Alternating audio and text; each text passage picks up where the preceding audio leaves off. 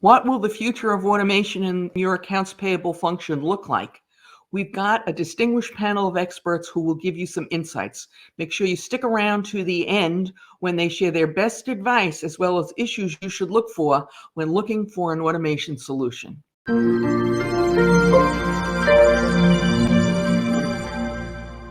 Welcome to the AP Now podcast, the podcast that covers trends, insights, and emerging issues impacting every accounts payable function. Hi guys, welcome. I'm Mary Schaefer, founder of AP Now, the place where you go for all the latest business intelligence you need if you work in, manage, or have responsibility for the accounts payable function. Today we have a real treat, a panel of experts from diverse backgrounds who are going to discuss the future of automation and technology in accounts payable. We have representatives from both sides of the Atlantic, as well as representing the user community. That's me and you, Jamie. We're complemented by Richard, who is joining us as an invoice automation expert. And of course, I'm thrilled once again to have one of the leading authorities on P cards and Lawson. So welcome, everybody. Thanks for being here. Let me kick it off right away. Looking into your crystal ball, what functions do you think will be automated in most accounts payable departments in the next 5 to 10 years? And you might want to differentiate, if it's appropriate, between large and small and mid-sized companies, say those with under $250 million in annual sales. Lynn, if you just want to focus on the payment piece, since that's your ballpark, if you will, that would be appreciated. So how about you, Jamie? You want to start? Yeah, I think if you're looking at, sort of the next 5-10 years, it's definitely the invoice processing area. That's where there's a lot of mundane tasks. It's where there's a lot of resource. So I would definitely suggest and we're already seeing that in the UK and Europe. We're already seeing a lot of automation going into the area. And I think Richard's probably the better person to answer that question. So over to you, Richard. Yeah, he lives with it every day. I do. And I agree that is where a lot of the mundane tasks are happening in the AP process today.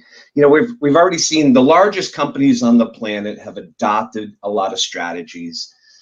Companies of 250 million plus in sales, they've automated many aspects of what they do in payables already. When you start to look at the smaller companies, it gets a little bit harder to implement some of the more sophisticated processes. So things like vendor portals, PO creation, uploading of invoices and the intake, data extraction, OCR, these are all components of an AP automation toolkit, as we call it. Then you get into the specifics of workflows and routing and PO matching and then ERP integration. So these are all different pieces of the puzzle. What I think you'll start to see, though, over the next 5 to 10 years is, and we're seeing some of this already today, where some of the service providers, the solutions out there, are starting to embrace or embed these components into a single source. So if you look back 5 years, or even today, you see that there are providers that play a part or have a role in each separate component. I think what you're going to start to see is these are all going to start to come together in a single solution. I wouldn't be surprised if you start to see the ERP vendors start to include some of these pieces. Now it's happening today. When you look at the new players, the NetSuites, the Workdays, they're starting to embed. So they realize they're missing part of the action. And they're starting to include some of these components to make it easier on, I'll say, the companies under 250 million and down to be able to adopt some of these processes. Up until now, the biggest of the big have been, they're using vendor portals. They've outsourced payments, or they're using P cards or virtual cards, or they've implemented some level of even payment automation. But I think you'll start to see the ERP vendors play a role in this in the future. I kind of laugh when I hear you say that, Richard, because I've been predicting that for a number of years. But my second part of that is that you can't wait for the ERP systems to do it, to say, okay, I'm not going to worry about invoice automation or AP automation because I use whatever I use, SAP, NetSuite, whatever you use, because it won't really happen soon enough. Do you agree? Yeah, I agree. the ability to go paperless has been around actually for a very long Yeah. time, even in accounts payable. I remember back in the late 90s when Yes. EDI came out. EDI was going to solve everyone's problem. EDI was going to eliminate paper. EDI was going to streamline things. And here we are today, 20 or 30 years later. And again, some organizations have adopted EDI. Many haven't because of the technical aspects, the resources, the cost to implement. And the Walmarts of the world, the General Motors, the Fords, they can impose their business rules on their suppliers just because of the massive size of the organization. But the smaller companies are going to rely on their tools like Workday or NetSuite or SAP or their ERP partner to start to include some of these things. And I think you'll start to see that. We're already seeing it today. It will be a slow progression, but it will get there. Yeah. So Lynn, what about the payment side? Well, first I have to comment, Richard, on what you were saying. You think back to some of you used EDI as an example, but I'm even thinking about the e-procurement, the early systems where, it was all the rage, let's make this more streamlined. And then everybody kind of forgot about the payment piece or the invoice piece as an example. So I think we have a long history of sort of piecing together all the components of a procure to pay or purchase to pay. So I guess on the payments front, now maybe Mary, I'm speaking from, my own dream here, but I think some of these AP automation systems need to get more robust in helping an organization enforce its payment strategy, if you will, or if they even go as far as having a payments policy. And what I mean is take some of that guesswork, or we'll call it maverick behavior, perhaps, out of the hands of the AP staff. So if someone in AP gets a call from a supplier that says, well, I know you've got me set up for ACH, but I'd rather you just send me a check payment, and that person goes into the system and just changes it because the supplier asked for it, having mechanisms in there to prevent that from happening. And I'll be the first to admit, I don't know the ins and outs of every feature of every AP system. And I'm sure Richard is far better at that, or Jamie. But I do think there has to be more structure or controls to help an organization execute the payments that it wants for each vendor, not letting other people interject and change it up just because they want to. Okay. We could, and I'm going to mention it, and then we probably could have another session on this, talk about the automation solutions that seem to push organizations to pay all their bills with some sort of a card payment. We'll leave that. We'll leave that for another time. All right. So we see a lot about self-service vendor portals. And I want to make it clear, because when that term can mean a lot of things, that in this specific case, what I mean by self-service vendor portals are master vendor files, or what I like to call master vendor files on steroids, where the vendor sets themselves up. So what do you see as the future for this, given that there's been a lot of pushback from the supplier community? We in AP think it's great, but the supplier community not so happy about it. So Richard, since this probably comes most to you, let's on paper, it sounds great. Yeah. The pitch to AP to have a vendor service themselves, provide their documentation, upload information, submit invoices. It sounds like magic, right? It's a dream come true, but it is. You're right. The suppliers hate them. They, think about you're a manufacturer. You've got thousands of customers, right?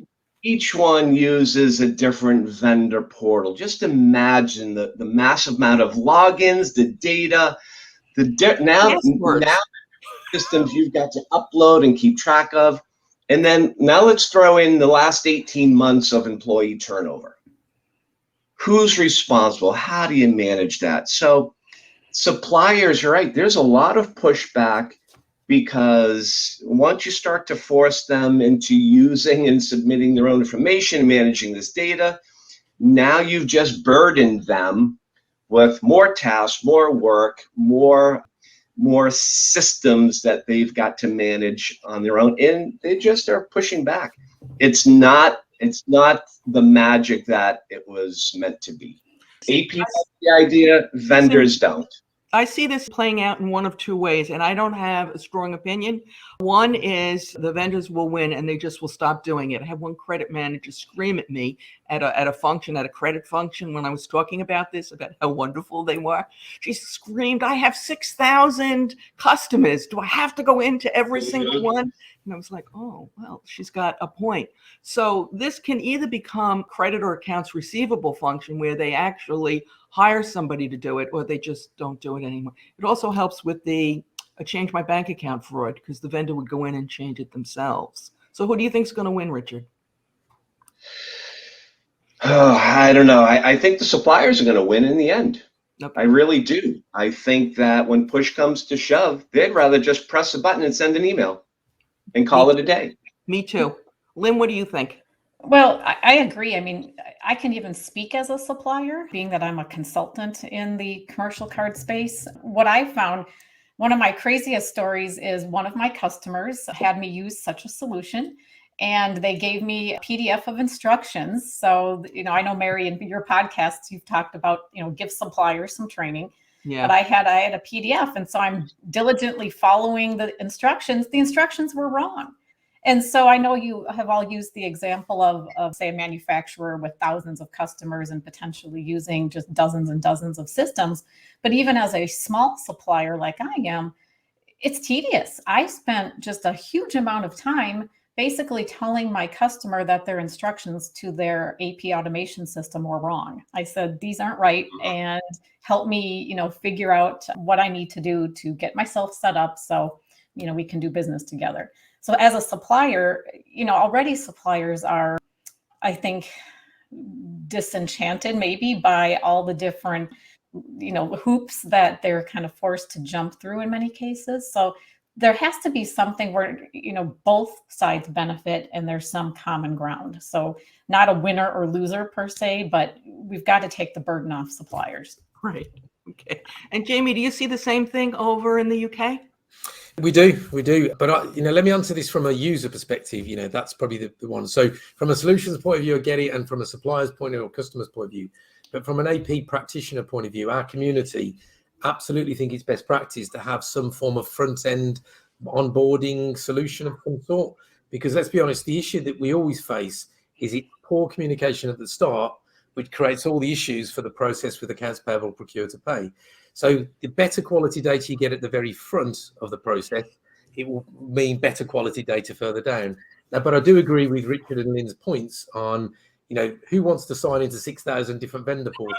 It wouldn't happen.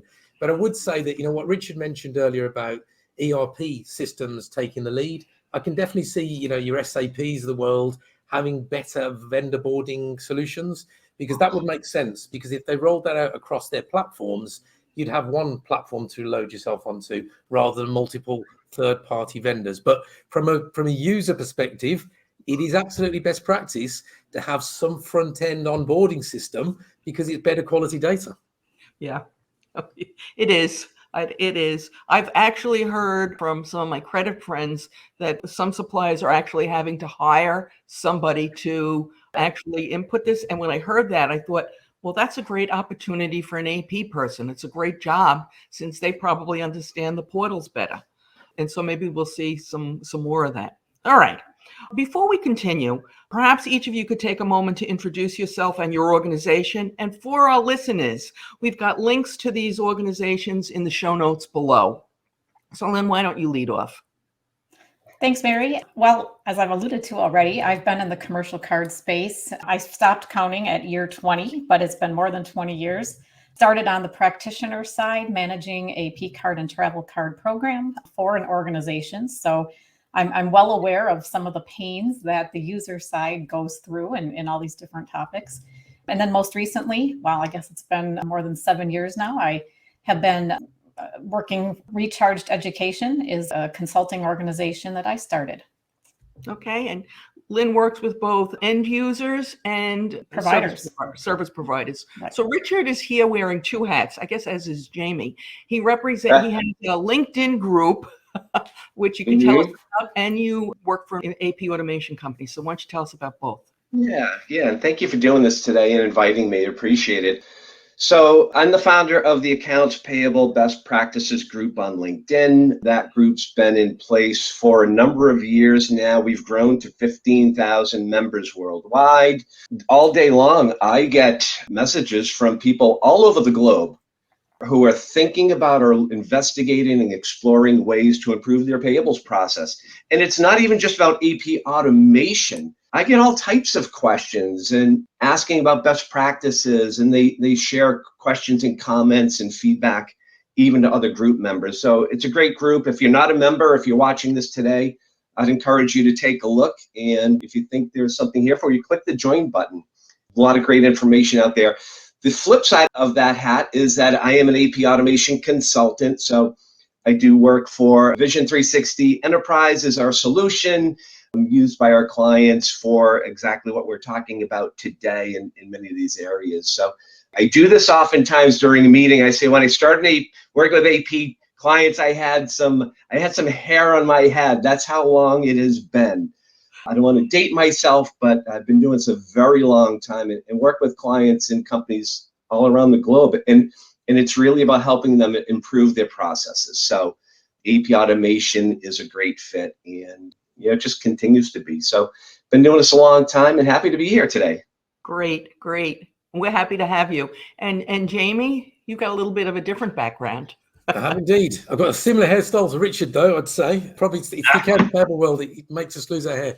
Yeah, so my background, I'm the founder and chief executive of an organization called the Accounts Payable Association. We are predominantly a UK-focused organization, although we do have members and supporting organizations around the globe. Very similar to Richard, we have a LinkedIn group also. I'm a member of Richard's group. It's an exceptional group, so Yes. please go and join and Thank get involved in that. And Richard pulls out some really good content there. We also have a group called the AP Forum. Relatively large group. We've got about 50,000 members now, so that's a success. Great going group. My background is, yes, from the age of 16, I've been in purchase ledger, which we call in the UK now accounts payable, obviously for more of a sort of a corporate sound. And I'm not going to give my age away, but that's over 30 years ago. So and I have lost all my hair because of that, Richard. And Jamie, you have an event coming up. You want to tell us a little bit about that? Yes, I do, absolutely. And for all the people listening, you're all invited, cordially invited. We have a conference every year. We always invite the one and only guru, which is Mary Schaefer, to my right and my left on the screen. Mary's running a panel for us live on the day. It's on the 19th of October. If you wanted to sign up, the website address is apcon.online. I think Mary's going to put some in the show notes as well. But you're all welcome. It's a global panel that we've got throughout the day. So it's global interest, lots of stuff which would interest Lynn and Richard, all about, payments. This year's theme is the Accounts Payable Best Practice Toolkit. So it's all about what can we do, what can we provide. So all's welcome. And you've got my ugly face during the session as well, so you can listen to my dulcet tones throughout the day. And he has one other thing which I am so excited about. In the UK, there's a program called Loose Women. I compare it to The View here without the politics. And one of the hosts on that, Brenda Edwards, is going to come speak. And the reason that I'm really excited about Brenda coming to speak is Brenda started her career in accounts payable, and she talks about it frequently. So I can't wait to hear what Brenda has to say. Okay, enough about that. Lynn, over to you. And then, guys, if you want to address this, you're welcome to. Do you think AP automation solutions need to accommodate P-card payments, or do you view P-cards as a separate issue? Well, you can probably guess already that, of course, they have to address P-card payments. But I think just to back up for a minute, P-cards or purchasing cards are just one type of commercial card product. And every organization has a little bit of a different approach when it comes to the cards they're using. I think Richard already alluded to virtual cards as another type. And so I think these solutions, because every organization is a little different, just naturally have to accommodate card payments and make it an option in these systems. And, as I said earlier, to help organizations enforce the type of payment that they're trying to use with a particular supplier.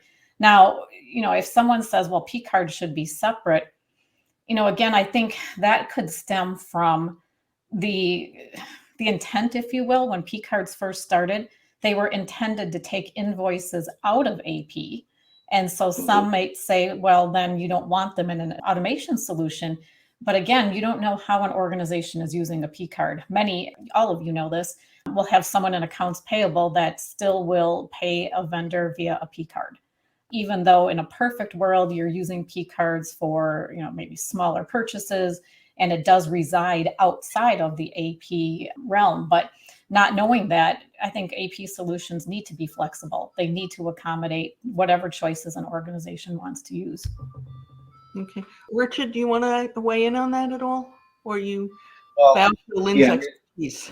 Yeah, I mean, I got to rely on Lynn's expertise. She's right. I mean, P cards is a separate discussion, separate focus, but I agree. They were originally intended to eliminate the invoice, to put some controls in place around spending, and they tend to be viewed as a separate component. And I would say we're even guilty of that in our own solutions. But yeah, they should be incorporated. Virtual cards are incorporated in solutions these days. P cards are not. I can't really explain why, but it's just viewed as a separate component. And there's some complexities there with P cards that you don't have with standard payments. But it's the controls that are important, and having them as part of an overall solution, I think it would be key. But we're just not there today. Will we be there in the future? Probably, but we're just not there right now with them. All right. Jamie, you have anything you want to add to that? No, look, I agree with both. I think, best practice would be you do implement a P card within your solution sort. And I agree with Richard, in the UK and Europe, we're probably not there yet. People use them, they utilize them, they probably use them for all the wrong reasons, not the right reasons. Right. What I would say is just make sure they're not shortcutting bad practice. So, because you put a P card in place, that doesn't mean that you don't have a purchase order process or a no PO, no pay process, etc. But again, the other thing is that, we push as practitioners, we put, best practices to try and get early payment discounts. Actually, P cards can help you achieve that, because obviously you can then pay people in advance effectively rather than go through the entire process. So lots of benefits, but we're not quite there in the UK and Europe also. Well, and Mary, I think, looking back, I mean, even in my days of managing a program, my organization had an ERP system which did not accommodate P card payments. And now we're going back a ways. But because we so wanted to use them, we actually, Jamie, you were saying don't do bad practices. Well, we did. We sort of, undid the process just to be able to insert P cards into the mix. But the ERP system wasn't intended to go that way. So we said, oh, the heck with that process. Let us do our own thing. And it wasn't the best idea, but it was the only one at the time that would work. There you go. Yeah. All right. So we can't talk about accounts payable, or at least I can't, without discussing fraud. Do you think fraud detection tools will be built into accounts payable automation products in the future? And Lynn, maybe you could touch on fraud detection features in some of the P card products and what you see on that front. So how about, Jamie, we haven't started with you. Do you want to start? Yeah, absolutely. You know what? I think if you look at a lot of the ERP systems and the solution providers, they all profess to say they've got duplicate checks, they've got some form of fraud protection, but do they really? I think some have some systems, some tools that can probably highlight where there's been a duplicate or an overpayment or whatever it will be. But I actually see the future. We've got to start investing and putting these fraud prevention tools really embedded into the finance function, purely on the basis that, let's be honest, the fraudsters are on the way up. They're becoming more clever. The frauds are becoming more complex to try and combat. Mary, you're a big advocate of this, about communication and making sure people are aware of what's going on. The only way to really combat is, one, communicate so people are aware, but two, let's get better with our own solutions, our own systems. So yeah, I'm an absolute advocate. You need to try and embed these in the systems you've got, but don't rely on what the ERP systems are giving you today, because they're not good enough. I'll be honest with you. That's my personal view. Yeah. Unfortunately, I think you're right. Do you agree, Richard? Yeah, I agree with what Jamie said. Fraud is a hot topic right now. We're seeing it across the globe. We're seeing it in different shapes and forms. the fraudsters or criminals, however you want to classify them, they are very smart and they can spoof an email address, make an email look legit, send you what seems to be a legit invoice or purchase order, get you to click on a link, and they're in. So I agree that the AP automation tools, they have checks and balances. They may market it or call it fraud protection, but it's not true fraud protection. I would say right now, as we're talking, there are companies and software organizations scrambling to come up with the methods or the tools to put in place, but it's not true fraud prevention. It's checks and balances to validate data, accuracies, information, and make sure things are legit to a point. But yeah, I think it has to happen. Fraud is not going away. It's getting worse and worse every day. It's getting more realistic. It's getting trickier to decipher or to even be able to understand it and recognize it. And we're always, even in our own group, we're sharing examples.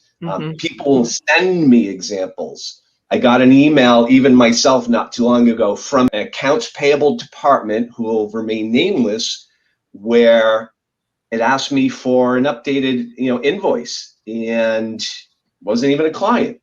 And well, that's a giveaway. Who knows where that was coming from or where it went? I notified the company, and they were not even aware that they had been hacked. So it's happening, but yeah, it has to. Fraud prevention and fraud controls, they have to be included, built in. And I'm sure smarter people than I right now are working on it, but it will be coming. It will be slow to get rolled out, but we'll see fraud prevention in a more stable form. Hopefully soon. It's needed. It's a must-have. Yeah, it is needed. So Lynn, we've talked a lot about this. I know you have some strong opinions.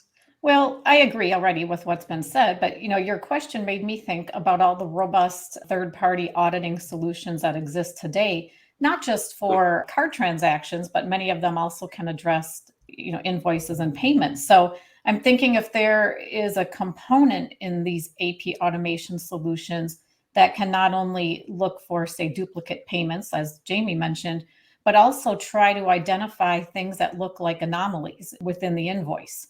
And not that would prevent all fraud, but just continue to, build out, what these solutions are capable of doing or identifying. So, it's a matter of, is there some kind of artificial intelligence that can look at an invoice to say, normally these invoices look like this for this dollar amount, and this is the timing, and today they look a little different, and try to alert, AP before payments get out the door. Yeah. That would be ideal. Yeah. Yeah. And the big key there is before they get out the door, because once they're out the door, it's really hard to get that money back. Unless it's on a card, Mary. Yeah.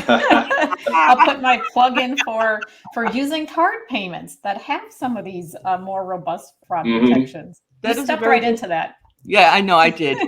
That's a very good point also. Okay. She's got a point there. What, if any, accounts payable automation features do you think will be non-existent, let's say 10 years from now? And Richard, you're going to get picked on for this. I am. So automation features that will be non-existent. That's an interesting question. How about self-service portals? Yeah, I think if anything, maybe. I don't think that will ever truly go away, but I think that you'll see less and less user adoption. Like I said, suppliers will push back. I mean, I can't think of anything that will truly be non-existent that exists today. I think the things that we see today will continue to improve, like OCR and data accuracy. But I really think that you'll start to see these. I think what you'll start to see over the next 5 to 10 years is more mergers and acquisitions. You'll start to see P-card companies, vendor portals, AP automation, procurement. You'll start to see all of these providers and tools start to join forces. And I think you'll start to see more single source solutions. So I think it'll go the opposite way. I don't think things will be non-existent. I think you'll start to see more the marketplaces is shrinking as more and more companies are adopting. You'll start to see more of these organizations join forces, combine efforts, put their solutions together to eventually a single source solution. And ultimately, it's going to wind up, I think, years from now. My friends in the industry aren't going to like what I'm about to say, but I think it's all leading towards the ERP solutions to I agree. embrace all of this. So I'm not making any friends right now, even in my own organization, but I think it will come eventually. But it will be years before we truly see that. There's one come to feature that I think will go away. It's gone away almost completely, but I still occasionally hear about it. And that is solutions that actually charge the supplier for submitting the invoice. I mean, the first time I heard that, I was like, what? You bought something for me and now I have to pay you to send you my bill? Yeah, even when vendor portals and first came into the marketplace, there was a charge. The vendor was charged a fee to upload their invoice. Yeah, I don't think that exists today, and I hope that's gone for good. But you're right. I think that will be certainly a thing of the past if it isn't already. That's the only thing I can come up with. Anyway, so Jamie, you have any other? You look at it a little differently than we do. Yeah, look, I agree with what Richard said. Generally, I think I would say that most organizations will either form mergers. They're already doing it. They're creating larger partner networks. They're having end-to-end solutions. It might be 3 or 4 vendors to support, but they are, congregating already. So I would suggest that end-to-end P2P systems will become the norm, and I think that'll be globally. The one thing I would say, though, is, and again, I'll go back to the practitioner model here, Mary, and hopefully you'll support this, is when these techie people design these systems, get the community involved, get the people who actually use the systems involved, because it's one thing getting a techie solution that does all the things that a techie person can design, but actually the people on the front line, the people who are using the solutions, the people that see the day-to-day transactional volumes and issues they have, they're the people they need to reach out and get those user feedback to design these solutions for the future. We had one company over here, I will not say the name, and this goes back probably 10 to 15 years, so I don't think it would happen today, but the company actually spent $1 million developing its own in-house procure-to-pay system, and the last step said, and then they'll make the payment. There was no input from AP, and the whole system failed. So hopefully, yeah. Lynn, what do you think? Well, it was funny. As soon as you asked the question, I immediately went where Richard went, that it's not so much what AP automation features will go away. It's more what other companies will go away. You're not going to have like a standalone imaging solution anymore. As an example, or even from a payments perspective, I think about organizations that will do a request for proposal or RFP for maybe an integrated payable solution, that now you're seeing increasingly being part of these AP automation solutions. So it might be a case where, well, we're not going to bid this out anymore because our AP solution offers it to us. So I think it is that consolidation and, making mega solutions that can do it all. And maybe even, now dare I say, Mary, as I used to be a former procurement person, I don't want your audience to groan, but it's that piece too that has to come into play, because if a procurement department sets up a contract and establishes payment terms, how is that information passed along to AP? So if these AP automation solutions can work with the procurement department, any contracts with vendors, and get all that piece, more tightly put together, then everyone will win from that standpoint. Absolutely. All righty. Maybe Lynn, we'll start with you again. Can you share any advice you might have for our audience who might be looking for an automation solution for their accounts payable function or their procure to pay function? Let's put it that way. What I hear from multiple organizations when you're talking about any type of new technology that they might be investigating, nobody seems to know, and I'm sure, Jamie, you can attest to this too, no one in an organization seems to have the complete picture. So it's like somebody wants to implement invoice automation, not knowing that that can break certain other processes over here or over here. because they only know their lane. And so unless you get more people within an organization, or at least have all the right stakeholders involved, so you know what can go wrong as you're improving, process A, don't make process B and C, break or become, more tedious. So, I think the advice would be just get all the right people on board, including those procurement people, and, map out where does data flow today? What does it have to be, interfaced or integrated with, and make sure that you're not, inadvertently, creating a hiccup somewhere else. Good point. How about you, Richard? Yeah, definitely good points Lynn makes. Getting all the stakeholders in the same room and reviewing, the potential touch points and where things could, ultimately go wrong. And, since I'm on the delivery side of a lot of these systems and solutions, oftentimes we see change, and the fact that now someone's got to make a decision on change is oftentimes a very difficult process. So, sometimes a company will say to me, well, where could things go wrong? Where are the obstacles in AP automation? I always say it's change. It's getting the stakeholders together to make a decision on a new process, a change, a best practice, how to proceed. And, on the surface, all systems look alike these days. It's very hard to differentiate visually. They all have dashboards, they all have an interface, they all look and feel the same, they all have a similar flow. But how is it going to affect change, and how easily can that change be implemented? And of course, you have things like integration and integrating different aspects of the procurement or payments or ERP. Those are all considerations. But yeah, I definitely agree. Getting the stakeholders in one place, blueprinting that process and how it's going to affect you. And that is a critical step. And oftentimes that's missed. Sometimes departments aren't hearing about AP automation until it's underway. And then they raise the flag and say, well, what about me? How are we affected? What about this? And now you're putting the cart before the horse, and it's a little too late at that point. But getting the stakeholders in and making sure everybody's on the same page is really critical to the success. Okay. Mary, I was gonna say, I have a question for Richard once we allow Jamie to answer too.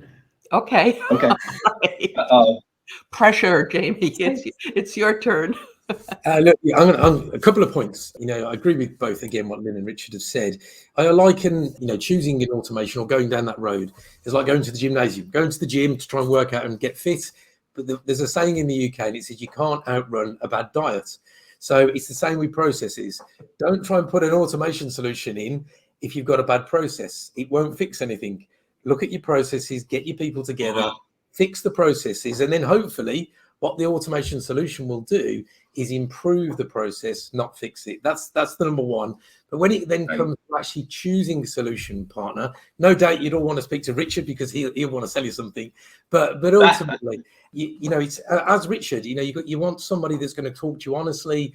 You want to have somebody that you can work with, somebody that's got, clearly you got testimonials from, but actually somebody that fits within your business and the culture of your business and understands what you do as an industry, as an organization. That's where I would say go and choose your automation partner on those sort of keynotes. Okay. So Lynn, you had a question for Richard? Well, You had a question? Jamie alluded to it, actually. I was going to ask Richard, but it really is for either one of you, or Mary too.